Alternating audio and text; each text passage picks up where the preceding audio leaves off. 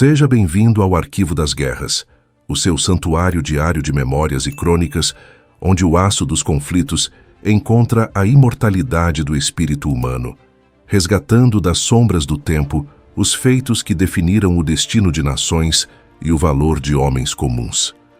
O som metálico de um pino sendo arrancado selou o destino de 9 homens naquele abrigo nos Apeninos. Em uma fração de segundo, o tempo parou.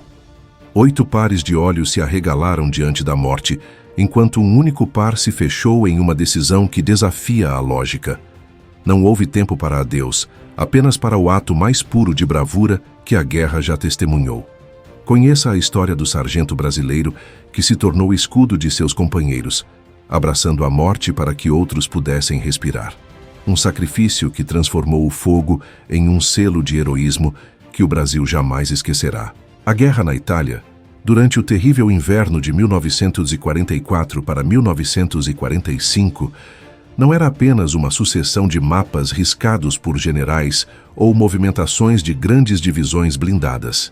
Era, na sua essência mais cruel e íntima, uma luta desesperada por calor, por um pedaço de pão seco e pela preservação da sanidade em meio ao gelo que cortava a pele como navalhas. Para os soldados da Força Expedicionária Brasileira, os nossos pracinhas, aquele território era um labirinto de montanhas hostis, onde cada pico escondia uma metralhadora MG-42 pronta para cuspir morte, e cada vale era um cemitério em potencial, coberto por uma camada enganosa de neve branca. O sargento que liderava aquele pequeno grupo de 8 homens não era apenas um superior hierárquico. Ele era a bússola moral de jovens que meses antes estavam em cidades ensolaradas do Brasil, longe do cheiro acre da pólvora e do odor adocicado da decomposição que pairava sobre a terra de ninguém. Ele os conhecia pelo nome, conhecia as histórias de suas noivas, as saudades de suas mães e o medo que cada um tentava esconder atrás do fumo de um cigarro feito à mão. Naquela noite específica, o ar estava tão frio que a respiração saía dos pulmões como uma névoa fantasmagórica, e o silêncio da montanha era interrompido apenas pelo estalo ocasional de um galho quebrado pelo peso do gelo ou pelo som distante de uma barragem de artilharia que iluminava o horizonte com lampejos alaranjados de um inferno distante. O abrigo onde se encontravam era uma construção precária, metade caverna natural, metade reforço de troncos e pedras, projetada para oferecer uma proteção mínima contra estilhaços, mas que naquela madrugada se tornaria o palco de um drama que nenhum manual militar poderia preparar o coração humano para enfrentar. Os 8 companheiros do sargento eram uma amostra viva da diversidade brasileira. Havia o jovem mineiro que rezava em silêncio antes de cada patrulha, o carioca que tentava manter o moral alto com piadas rápidas, mesmo quando os estilhaços assobiavam perto demais, o sertanejo que parecia ler o terreno com instintos de caçador e o gaúcho que sentia falta do pampa enquanto encarava as encostas íngremes e cinzentas dos Apeninos. O sargento observava cada um deles com um olhar de pai, um protetor que entendia que sua maior missão não era conquistar uma colina ou capturar um oficial inimigo, mas garantir que aqueles rapazes tivessem a chance de voltar para casa e ver o sol do Brasil novamente. A tensão era palpável, pois sabiam que uma patrulha alemã de elite, os temidos Gebirgsjäger, operava naquelas redondezas, movendo-se como sombras entre as rochas, especialistas em ataques rápidos e letais contra postos avançados. A ordem era de silêncio absoluto e alerta máximo. A luz da lanterna era evitada, e cada movimento dentro do abrigo era feito com uma cautela quase religiosa, para não atrair o fogo de morteiro que os alemães direcionavam com precisão cirúrgica a qualquer sinal de atividade humana. O sargento verificava seu fuzil pela 10ª vez, não por falta de confiança na arma, mas para ocupar as mãos que insistiam em esfriar sob as luvas gastas. Ele sentia no peito um pressentimento, aquela intuição que os veteranos desenvolvem quando a morte começa a caminhar perto demais das trincheiras, um peso invisível que parecia antecipar o momento em que a realidade da guerra exigiria o preço mais alto de um de seus filhos. De repente, o som que todos temiam materializou-se não como um grito, mas como um ruído seco e abafado. Algo metálico havia sido lançado para dentro do abrigo, rolando pelo chão de terra e batendo levemente na bota de um dos soldados. O tempo, naquele exato milésimo de segundo, sofreu uma dilatação bizarra. O sargento viu o objeto, uma granada de mão alemã, a temida ovo ou a cabo, cujo pino já não estava lá e cujo mecanismo interno já contava os segundos finais para a detonação. Naquele espaço exíguo, cercado por paredes de pedra sólida e troncos reforçados, a explosão não apenas lançaria estilhaços letais em todas as direções, mas a onda de choque e a pressão dentro do ambiente fechado estraçalhariam os pulmões e o crânio de todos os 8 soldados que estavam ali. Não havia para onde correr. Não havia tempo para lançar o artefato de volta para o lado de fora, através da pequena abertura. As 8 vidas que o sargento jurara proteger estavam agora penduradas por um fio de metal incandescente. Ele viu os rostos dos seus homens, viu o pânico paralisante nos olhos do jovem que estava mais perto e viu o futuro de 8 famílias brasileiras prestes a ser apagado por uma explosão de fósforo e aço. Foi nesse momento que o instinto de líder foi substituído pelo instinto de sacrifício. Sem hesitar, sem proferir uma única palavra de despedida, o sargento lançou-se sobre o artefato. Ele não apenas caiu sobre a granada. Ele a abraçou, puxando-a para o centro de sua massa corporal, sob o seu colete e contra o seu peito, criando com o próprio corpo uma cápsula de carne e osso destinada a conter a fúria da detonação. Os 8 soldados observaram a cena em um transe de horror absoluto, vendo o seu comandante curvar-se sobre a morte iminente. O sargento fechou os olhos, talvez visualizando pela última vez o rosto de sua própria família, ou talvez apenas sentindo a paz amarga de quem cumpre o seu propósito final. O mundo silenciou por um instante. O oxigênio pareceu sumir do abrigo, e então veio o som. Não foi o estrondo ensurdecedor que eles esperavam que destruísse o abrigo, mas um ruído surdo, abafado pelo corpo do herói, um impacto que vibrou no solo e no ar, mas cujos estilhaços e chamas ficaram confinados dentro da cavidade torácica do homem que decidiu morrer para que seus irmãos vivessem. A pressão da explosão expandiu o corpo do sargento por um breve e terrível segundo, mas ele não se moveu. Não permitiu que o fogo escapasse de seu abraço fatal. O sargento permaneceu ali, imóvel, transformado em um escudo humano definitivo, enquanto o cheiro de queimado e pólvora preenchia o pequeno espaço, misturado ao silêncio mais pesado que aqueles 8 sobreviventes já haviam sentido em suas vidas. O choque inicial foi seguido por um lamento que não era um grito, mas um sussurro coletivo de descrença. Os 8 soldados, ilesos fisicamente, mas estilhaçados emocionalmente, aproximaram-se do corpo do sargento, que ainda fumegava levemente sob a penumbra do abrigo. A granada, que deveria ter sido o fim de todos, fora domada pela vontade de um único homem. A onda de choque que deveria ter implodido o abrigo fora absorvida por um coração que, até o último batimento, bateu em função daqueles rapazes. O jovem mineiro, o carioca, o sertanejo, todos estavam ali, respirando com o sangue ainda correndo nas veias, graças ao homem que agora jazia aos seus pés. O sargento brasileiro havia realizado o ato mais extremo de bravura que um soldado pode oferecer: o dom total de si mesmo. Ele morrera abraçado à morte para que a vida pudesse continuar naquelas montanhas geladas da Itália. A patrulha alemã, talvez acreditando que o abrigo fora neutralizado pela explosão, retirou-se na névoa, sem saber que sua arma fora vencida por uma força que eles não podiam compreender: a lealdade inabalável de um pracinha brasileiro.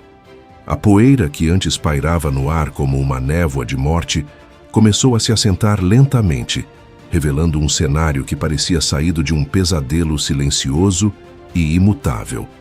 Dentro do abrigo, o tempo não havia apenas parado. Ele havia sido estilhaçado. Os 8 sobreviventes permaneciam paralisados, como estátuas de argila esculpidas pelo terror e pela gratidão amarga. O zumbido agudo nos ouvidos, resultado da pressão contida da explosão, era o único som que preenchia o vácuo deixado pelo sargento. Aquele silêncio não era o vazio da ausência, mas a presença densa e pesada de um sacrifício que ainda vibrava nas paredes de pedra. O jovem mineiro, cujas mãos ainda tremiam ao redor do seu terço de madeira, olhava para o corpo do seu protetor e não conseguia entender como a física da guerra havia sido dobrada pela vontade de um homem. A granada alemã, projetada para ser um instrumento de dispersão e carnificina total, fora reduzida a um impacto abafado, um segredo guardado entre o peito do sargento e a terra fria. O cheiro que agora dominava o ambiente era uma mistura nauseante de pólvora queimada, lã de uniforme chamuscada e o odor metálico do sangue que começava a escorrer timidamente por baixo do torso do herói. Cada um daqueles 8 homens sentia o peso insuportável de estar vivo. A culpa do sobrevivente, essa sombra que persegue os combatentes até o fim de seus dias, começou a brotar ali mesmo, naquele solo úmido da Itália. O carioca, que sempre tinha uma palavra de espírito para espantar o medo, agora sentia a garganta seca, incapaz de produzir qualquer som que não fosse um soluço sufocado. Ele olhava para o sargento e via não apenas um oficial, mas o homem que minutos antes havia verificado se suas botas estavam bem amarradas para evitar o pé de trincheira. O sertanejo, acostumado com a dureza da vida nas secas e com a morte de animais sob o sol escaldante, nunca havia presenciado uma entrega tão absoluta. No sertão, a morte era uma vizinha inevitável, mas ali, na neve dos Apeninos, a morte havia sido abraçada como uma noiva, para que outros pudessem fugir de seu convite. O gaúcho, com o rosto manchado de fuligem, sentia o frio da madrugada retornar com uma intensidade redobrada, como se o calor que o sargento emanava tivesse sido a única coisa que os mantinha aquecidos naquele inverno infernal. Eles estavam vivos, sim, mas a alma de cada um deles parecia ter sido marcada para sempre pelo clarão que não os cegou, pelo estilhaço que não os cortou e pela fumaça que o sargento decidiu respirar sozinho. Do lado de fora, a guerra continuava sua sinfonia de destruição indiferente. A patrulha alemã, escondida pela névoa espessa que subia dos vales, permaneceu imóvel por alguns instantes após o estouro abafado. Para os soldados do eixo, o som que veio de dentro do abrigo fora confuso.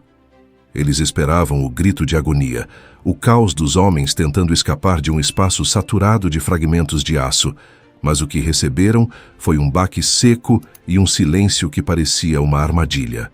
Na lógica fria da guerra, um abrigo que silencia após uma detonação é um abrigo morto. Eles não sabiam que, lá dentro, a vida pulsava em 8 corações que batiam em um ritmo frenético de choque. Os alemães, talvez temendo que a explosão tivesse sido um sinal para uma emboscada maior, ou simplesmente satisfeitos com o que acreditavam ser a eliminação de um ninho de resistência, começaram a se retirar.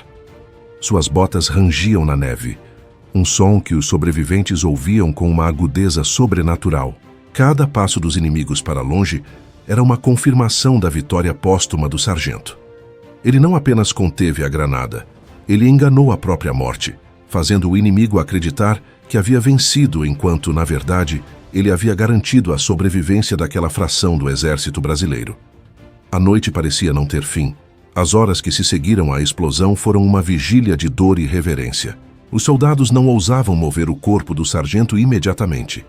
Havia um medo irracional de que, ao desfazerem aquela posição de abraço, o horror contido pudesse finalmente se libertar.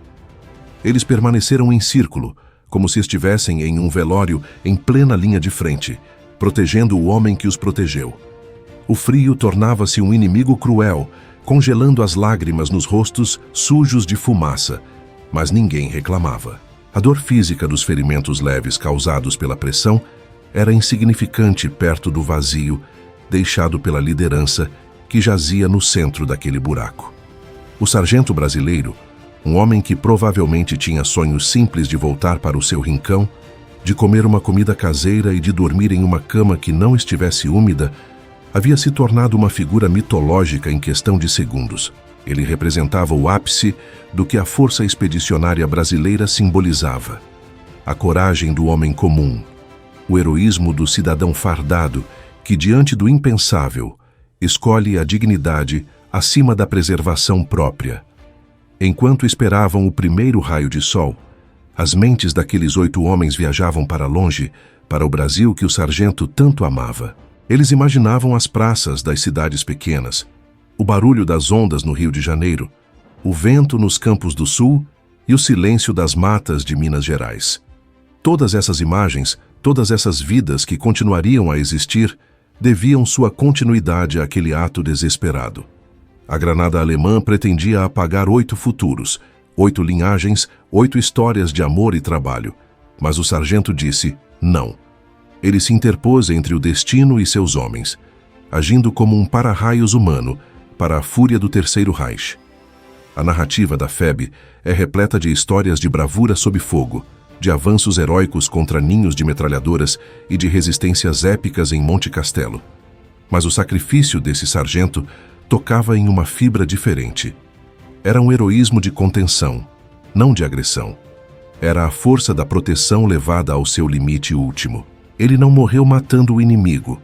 Ele morreu salvando os seus, o que na gramática da alma humana possui um peso muito maior. O sargento não era um estranho para o perigo. Ele já havia passado por outras escaramuças, já havia sentido o assobio das balas tedescas passando perto de seus ouvidos. Mas nada se comparava àquele momento de decisão instantânea. Especialistas em balística e medicina militar explicariam mais tarde que o que ele fez foi uma manobra de blindagem biológica.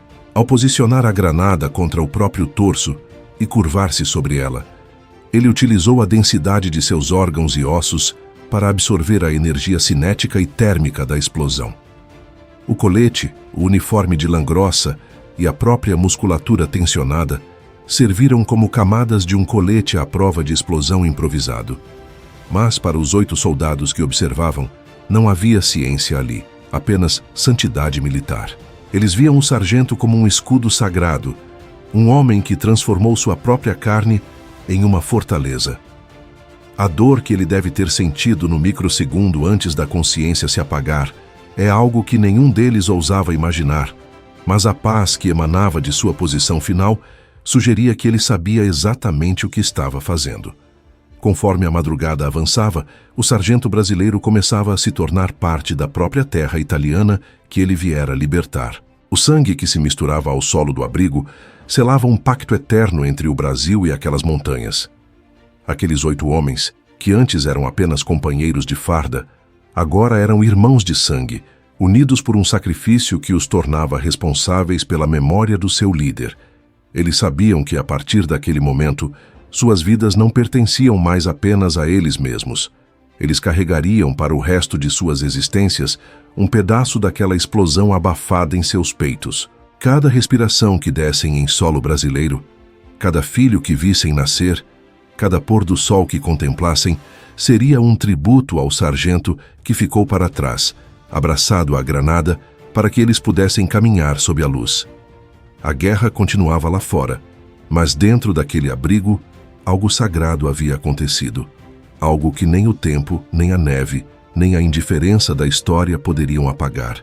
O primeiro raio de sol daquela manhã gelada de 1945 não trouxe apenas a claridade necessária para dissipar as sombras do abrigo.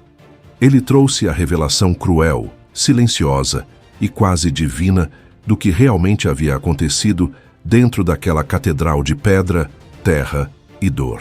A névoa, que durante toda a madrugada servira de sudário fantasmagórico para o sargento, começou a se desmanchar lentamente sob a luz pálida, permitindo que os 8 sobreviventes vissem, com uma nitidez que queimava a alma, os detalhes do preço que fora pago pela vida de cada um deles. O que viram foi uma imagem que nenhum deles conseguiria apagar da retina, nem mesmo nos últimos segundos de suas próprias existências, daqui a muitas décadas. O sargento ainda estava lá, exatamente na mesma posição de entrega absoluta, mas a luz agora revelava a magnitude do milagre tático e humano.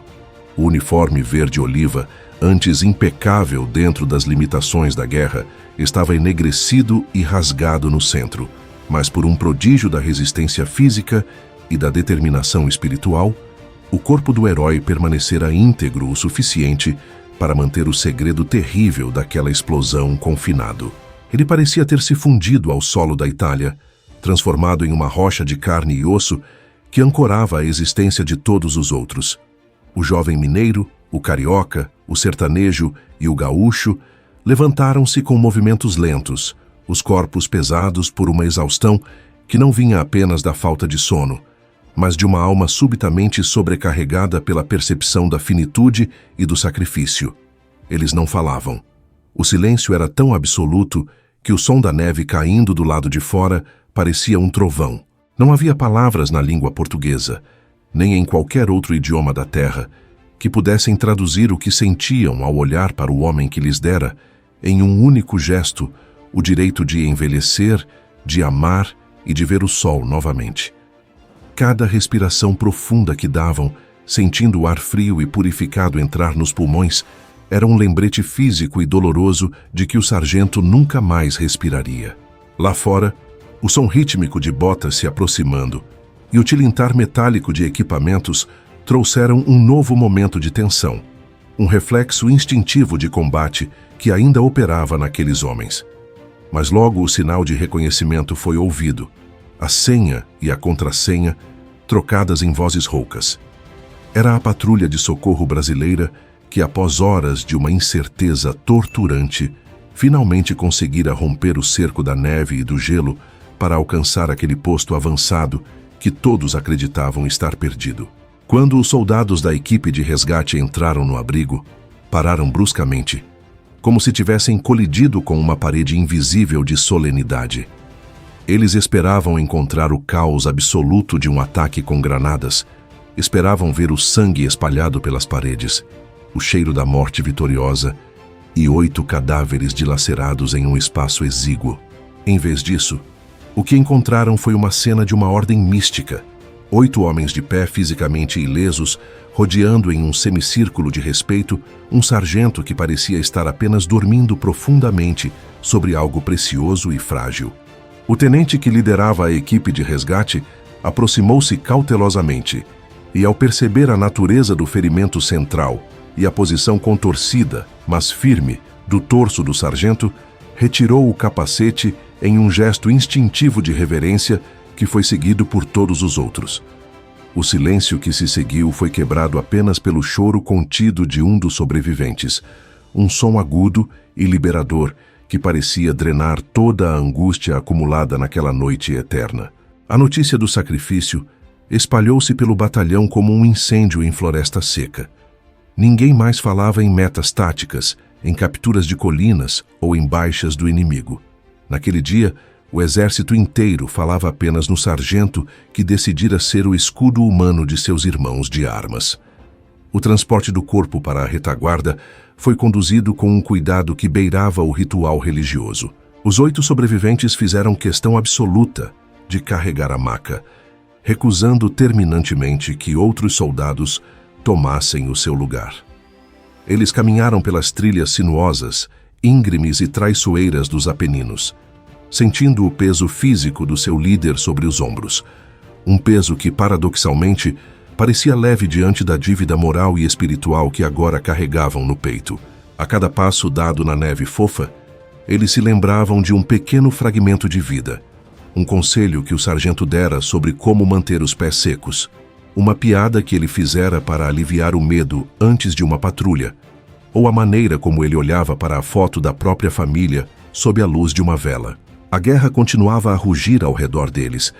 Os morteiros ainda riscavam o céu, e as metralhadoras alemãs ainda faziam seu som característico de rasgar pano na distância, mas para aquele pequeno grupo, o universo inteiro havia se reduzido àquela maca e ao homem que nela repousava em sua glória silenciosa.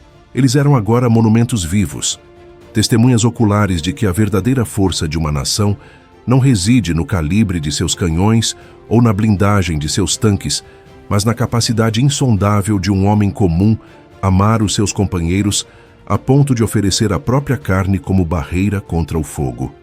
O sargento brasileiro não seria apenas mais um nome gravado em uma placa fria de mármore. Ele seria a semente de uma irmandade de sangue que duraria por toda a eternidade. Meses depois, Com a vitória aliada finalmente consolidada e o retorno triunfal da Força Expedicionária Brasileira ao solo pátrio, o desembarque dos pracinhas no cais do Rio de Janeiro foi marcado por uma explosão de cores, música e euforia nacional. No entanto, entre a multidão que gritava, chorava e agitava bandeiras verde-amarelas, 8 homens caminhavam em uma formação cerrada, mantendo uma conexão invisível que o tempo e a paz não conseguiriam desfazer. Eles não se perderam na festa. Eles tinham uma missão final a cumprir. Juntos visitaram as famílias uns dos outros, mas o momento mais difícil e sagrado foi a visita à casa da família do sargento. Olhar nos olhos de uma mãe, de uma esposa ou de um filho e tentar explicar que o seu herói não voltou porque decidiu morrer abraçado a uma granada para salvar outros 8 estranhos é uma tarefa que exige uma coragem quase tão vasta quanto a do próprio ato de sacrifício. Eles não descreveram o momento como uma tragédia sangrenta, mas como um triunfo da alma sobre a matéria. Eles explicaram com vozes embargadas que, graças ao sargento, 8 famílias brasileiras não haviam recebido o temido telegrama com a tarja preta de morto em combate. Eles eram os frutos vivos daquela árvore que tombara na Itália para que eles pudessem florescer no Brasil. Cada um daqueles homens seguiu o seu destino. O mineiro voltou para as suas montanhas de ferro, o carioca para o abraço do mar, o sertanejo para a luta contra a seca e o gaúcho para a imensidão dos pampas. Mas, todos os anos, na data exata daquela explosão abafada, eles se comunicavam por cartas ou telefonemas, reafirmando o pacto de que cada dia de suas vidas era um presente sagrado, uma extensão da vida que o sargento lhes outorgara naquela madrugada gelada. A história deste sargento brasileiro, embora muitas vezes relegada ao segundo plano nos grandes compêndios de história militar internacional, é o coração pulsante e a alma verdadeira do que significa ser um pracinha. Ele encarna a essência da liderança militar brasileira. Uma mistura única de humildade profunda, instinto de proteção paternal e uma audácia silenciosa que não busca o brilho efêmero das manchetes de jornal, mas a paz duradoura na consciência de ter cumprido o dever para com o próximo. O sacrifício dele não foi o resultado de um erro de cálculo, de um acidente infeliz ou de uma fatalidade cega.